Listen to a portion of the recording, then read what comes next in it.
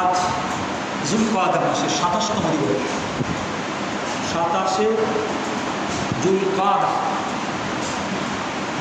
জুলকাদা মাসের আগমনের আগেই বলেছিলাম এই মাস হজের তৃতীয় মাস, রাসূলুল্লাহ সাল্লাল্লাহু আলাইহি ওয়াসাল্লামের ইহরাম বাঁধার মাস। এই মাসে এই সময় হজের ধারা চালু থাকলে হাজি সাহেবান এখন এই সময় বেশিরভাগ মক্কার দিকে ছুটত, কিছু সংখ্যক মদিনায় থাকত। এরাও ৫ জিলহজ মদিনা থেকে একদম আবশ্যকভাবে মক্কায় চলে আসত। ৭ জিলহজ দিবাগত রাত্রেই হজের জন্য ইহরাম করতে হয়।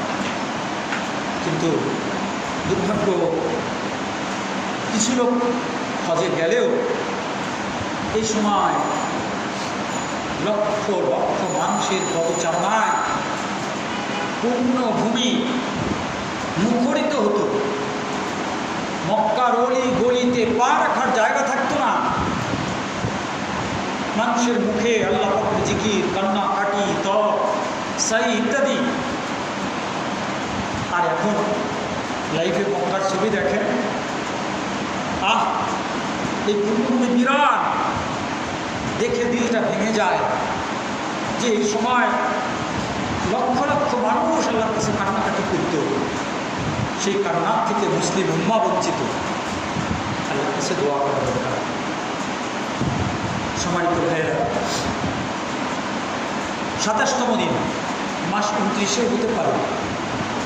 তাহলে ২৯ যদি হয় শনিবার রবিবার, দুদিন রয়েছে জুলকাদা মাসে। এরপরই জুলহজ, আমরা জিলহজ বলি। এই জিলহজ মাস, জিলহজ শব্দের অর্থ হজের অধিকারী, হজ সম্পাদনের মাস। সম্মানিত ভাইয়েরা, আল্লাহ যাদেরকে কবুল করেছেন মুষ্টিমেয় হলেও তারা পূর্ণভূমিতে আছেন, তারা হজ করবেন। এই মাসটি শুধু হাজিদের জন্যই পূর্ণময়, একটা মহান অপরচুনিটি, সুযোগ নিজেকে আল্লাহ তাআলার কাছে পৌঁছানো। শুধু হাজিদের জন্যই নয়, বরং আমরা যারা দেশে আছি, রাসূলুল্লাহ সাল্লাল্লাহু আলাইহি ওয়াসাল্লাম আমাদেরকেও হজের এই মৌসুমে আল্লাহর কাছে ইবাদত বন্দেগী করে আল্লাহর নৈকট্য অর্জনের সুযোগ দান করেছেন। আল্লাহু আকবার। আমাদের জীবন ছোট, পূর্ববর্তী উম্মার মতো হাজার বছর আমরা বাঁচি না, কিন্তু আল্লাহ তাআলা এই উম্মতকে সওয়াব লাভের এমন এমন কতিপয় মৌসুম দিয়েছেন, মহান সুযোগ দিয়েছেন। এগুলো যদি বান্দা কাজে লাগায় তো বান্দা হাজার হাজার বছরের ইবাদতের সওয়াব সে অর্জন করতে পারে।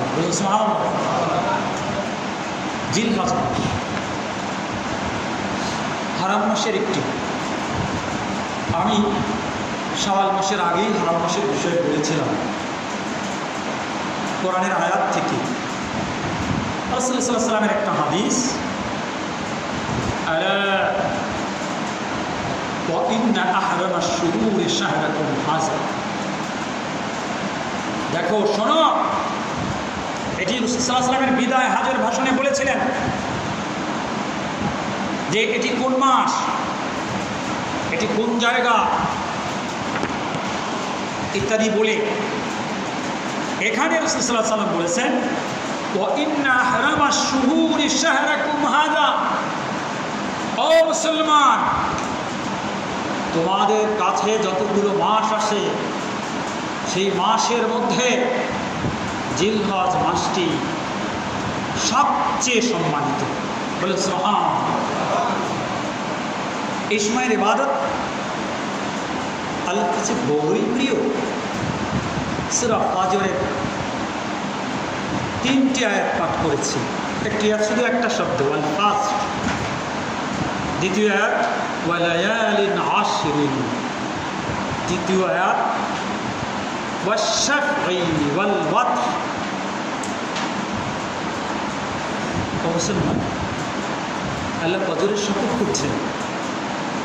ফজর মানব জীবনে অত্যন্ত গুরুত্বপূর্ণ। যারা নিজেকে সফল করতে চায় দুনিয়া ও আখিরাতে, তারা ফজর উদিত হওয়ার সময় জেগে যায়। আর অলস মানুষগুলো ফজর উদিত হওয়ার পরেও ঘুমিয়ে থাকে 8টা 9টা 10টা পর্যন্ত। আল্লাহ আমাদেরকে এই অলস ব্যক্তিদের অন্তর্ভুক্ত হওয়ার থেকে হেফাজত করুন। একজন মুমিন তো মসজিদের মিনার থেকে যখন উচ্চারিত হবে আসসালাতু খায়রুম মিনান নাওম, সে উঠবে বা প্রত্যান করবে।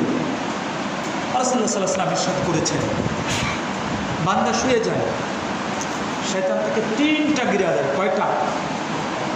3টা গিট দেয়। গিট বুঝেন? গিট, গিরু, রশি যে একটার সাথে আরেকটা যোগ করার জন্য কি করেন? তো আপনাকে অলস করার জন্য, জড়ো করে দেওয়ার জন্য, নির্জীব করে যাওয়ার জন্য আপনি ঘুমাতে গেলে শয়তান আপনাকে 3টা গিরা দেয়, যাতে উঠতে না পারেন, ইবাদত বন্দেগী করতে না পারেন, আল্লাহর কাছে দোয়া করতে না পারেন। রাসূল সাল্লাল্লাহু আলাইহি ওয়াসাল্লাম বলে, বান্দা যে সকালবেলায় উঠে ঘুমের দোয়াটা পড়ে, ওঠার সময় দোয়াটা মনে আছে তো? কি? আলহামদুলিল্লাহিল্লাযী আহইয়ানা বা'দা মা আমাতানা ওয়া ইলাইহিন নুশুর। ওই আল্লাহ জাল্লা শানুহুর কৃতজ্ঞতা প্রকাশ করছি, প্রশংসা করছি যে আল্লাহ তাআলা আমাকে ঘুম নামক মৃত্যু দেওয়ার পরে আবার জীবিত করেছেন। আর আমাকে আল্লাহর কাছে ফিরে দিতে হবে। তার প্রশংসা করা ছাড়া আমার কোনো উপায় নেই। ও মুসলমান, ঘুমিয়ে যান। সবাই ঘুমাতে পারে? ফ্রেশ মাইন্ড, ফ্রেশ মুখ, মন পরিষ্কার, চেহারা সুন্দর, ঘুম চমৎকার ঘুম। বিছানায় শুইলে কয়েক সেকেন্ড চোখ বুঝে যায়। এই যে বিছানায় শুইলেই চোখটা মুদে যায় আর গভীর ঘুম দেন, মাঝে মাঝেই জেগে যান না, চমকে উঠেন না, ভয়ানক স্বপ্ন দেখেন না। এরকম যারা নিরবচ্ছিন্ন গভীর ঘুমাতে পারেন, ঘুম থেকে জাগার পরে তাদের যে চমৎকার একটা অনুভূতি, এটা ভাষায় ব্যক্ত করার। আর যে ঘুমাতে গেলে চোখ বুঝলি, আসে না মানুষ, চোখ বুঝলেই শরীর একটা সারা মারে, আবার সোজা হয়ে যায়, এরকম অবস্থা। কারো চোখ বুঝেই বুঝে না, সারা রাত শুয়ে মোড়াতে থাকে, উঠে হাঁটতে থাকে। মুসলমান, বিছানায় শুয়ে যদি ঘুম না, সেটা যে কত বড় আযাব। আমার জীবনে একদিন হয়েছে, আমি কেঁদেছি আল্লাহর কাছে, আল্লাহ এত আরাম ঘুমের, একটা রাত আমার ঘুম উঠছে না, আমি পাগল হয়ে যাচ্ছি। কান্নাকাটি করলাম, নামাজ পড়লাম, পরে আমি একটা দোয়া পেলাম। সেই দোয়াটা পড়ার পর থেকে, পরের রাত থেকে আমার আবার ঘুম হয়েছে। এই মুসলমান, এই জন্য ঘুম থেকে জেগে এই দোয়াটা পড়া, একটা গিরা খুলে যায়, দ্বিতীয় গিরা খুলে অজুর দ্বারা, আর তৃতীয় গিরা খুলে ফজরের নামাজের দ্বারা। আর রাসূল সাল্লাল্লাহু আলাইহি ওয়াসাল্লাম বলেছেন, যে ব্যক্তি আজান শুনে উঠে দোয়া পড়ে, ওযু করে, ফজরের সালাত আদায় করে, পূর্ণ দিন সে সজীব, উচ্ছল, প্রাণবন্তভাবে জীবন কাটায়। বলুন সুবহানাল্লাহ। আপনি মিয়া মরা মরা থাকেন, নির্জীব থাকেন, উজ্জীবতা, উচ্ছলতা আপনার ভিতরে নাই, থাকবে কেমন করে? আপনি তো 3 গিরা খোলেন নাই। 3 গিরা না খোলার কারণে আপনার ভিতরে নাশাত নাই। রাসূল বলেছেন তার জীবনটা কাটে ফি নাশাতেন, সজীবতার ভিতরে, উচ্ছলতার ভিতরে, উৎফুল্লের ভিতরে। বলুন সুবহানাল্লাহ।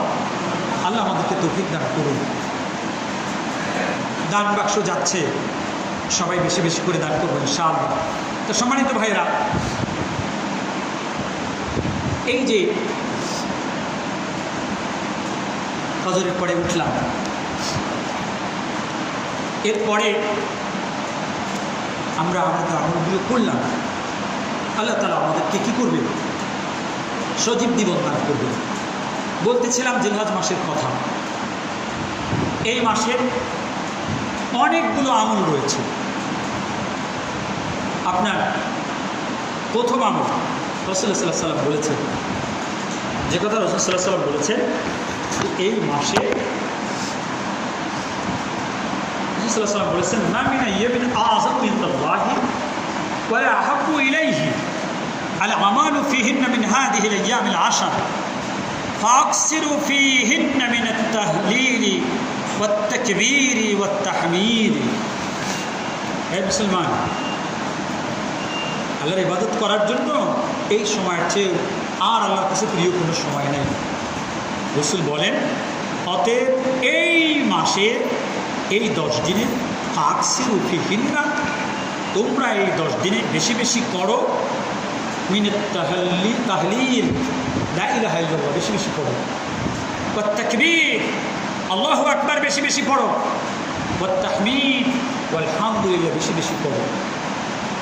একবারে একটা দোয়া রাসূলুল্লাহ আমাদেরকে শিখিয়েছেন, আল্লাহু আকবার, আল্লাহু আকবার, লা ইলাহা ইল্লাল্লাহ, আল্লাহু আকবার, আল্লাহু আকবার ওয়া লিল্লাহিল হামদ। সাহাবায়ে কেরাম আজমাইন, সহিহ হাদিস, এটি রয়েছে মুসনাদে আহমদ মুজামুল কাবির। সাহাবায়ে কেরাম আজমাইন এই হাদিস শোনার পরে হযরত আবু হুরায়রা, হযরত আব্দুল্লাহ ইবনে ওমর রাদিয়াল্লাহু আনহু সকালবেলায় বাজারে যেতেন। বাজারে গিয়ে জোরে জোরে তাকবীর বলতেন, আর বাজারের মানুষগুলো তাদের সাথে তাকবীর বলতো। বলুন সুবহানাল্লাহ। আমরা এরকম বললে বলবেন হুজুরে পাগল হয়ে গেছে, তাই না? কিরে বাজারের ভিতরে হুজুরে দেই তাকবীর দিতে আছে, মাথা কি? হ্যাঁ, আবু হুরায়রার মতো এত বড় সাহাবী, হযরত আব্দুল্লাহ ইবনে ওমরের মতো এত বড় সাহাবী, রাসূলের এই হাদিসের আমল করার জন্য জিলহজ মাসের 1 তারিখ থেকে 10 তারিখ পর্যন্ত বাজারে গিয়ে সকালবেলায় জোরে জোরে তাকবীর দিয়ে মানুষকে স্মরণ করে দিতেন যে এই সময়টি আল্লাহর জিকিরের সময়। বলুন সুবহানাল্লাহ। তাহলে জিলহজ মাসের চাঁদ দেখার সাথে সাথে প্রথম আমল হবে আল্লাহ পাকের জিকির। কোন আমল?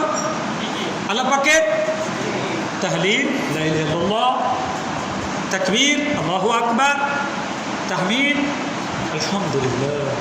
ওই যেটা বললাম রাসূলের শিখানো তাকবীরের এই দোয়া, যা ইয়ামে তাশরিকের দিনে আমরা প্রত্যেক ফরজ নামাজের পরে পড়ে থাকি, বেশি বেশি করে পড়ব। আল্লাহ তাআলা তৌফিক দান করুন। 2 নম্বর আমল, যারা কোরবানি দেবে তাদের জন্য, যারা কোরবানি দিবে তাদের জন্য কি আমল? রাসূলুল্লাহ সাল্লাল্লাহু আলাইহি ওয়াসাল্লাম বলেন, ইজা রাআইতুম হিলালা দিল হিজ্জাতি ওয়া আরাদা আহাদুকুম আন ইউদাহিয়া ফালইউমসিক আন শারিহি ওয়া আদফারিহি। রাসূলুল্লাহ সাল্লাল্লাহু আলাইহি ওয়াসাল্লাম বলেন, যখন তোমরা জিলহজ মাসের চাঁদ দেখবে আর তোমাদের মধ্যে তোমরা কোরবানি করতে চাও, তাহলে তোমরা তোমাদের নখ, তোমাদের চুল এগুলো স্পর্শ করবে না। অন্য হাদিসে বলা হয়েছে তোমরা কাটবে না, কখনো কাটবে না। যারা কোরবানি করতে চাও তারা জিলহজ মাসের চাঁদ দেখার পর নখ কাটবে না, চুল কাটবে না। 2 নম্বর আমল। বুঝতে পারছি তো? এটা এই আমলটা কোরবানিওয়ালাদের জন্য। একটা দুর্বল হাদিসে সাধারণ মানুষকেও এই আমল করতে বলা হয়েছে, আর সেখানে বলা হয়েছে সাধারণ মানুষও যদি এই আমলটা করে, জিলহজ মাসের চাঁদ দেখার পর নখ, চুল অর্থাৎ শরীরের কোনো কিছু স্পর্শ না করে, আল্লাহ তাআলা তাদেরকে কোরবানির সওয়াব দিয়ে দেবেন। মুসলমান, আল্লাহ দেখতে চান, তুমি হজে যেতে পারো না, হাজিরা এখন এহরাম অবস্থায়, এহরাম অবস্থায় চুল, মুখ, টুক এগুলো কাটা যায় না।